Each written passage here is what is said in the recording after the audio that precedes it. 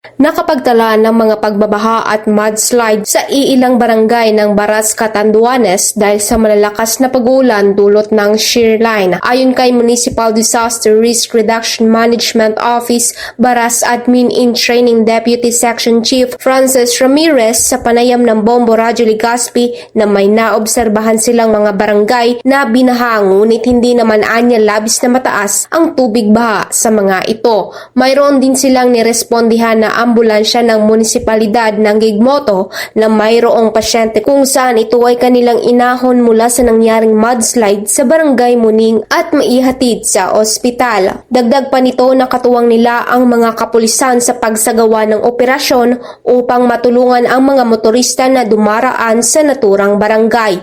Inihayag din ni Ramirez na maraming residente ang naapektuhan sa nangyaring pagbabaha. Bagamat naghupa na ang pagbaha sa lugar, ay nagpapatuloy pa rin ang kanilang monitoring kasama ang ibang ahensya hinggil sa sitwasyon ng kanilang bayan. Samantala, tiniyak naman ng opisyal na nakabantay ng 24/7 ang lokal na pamahalaan ng Baras para sa mga emerhensya o sakuna, gayon din upang matiyak ang kaligtasan ng kanilang mamamayan.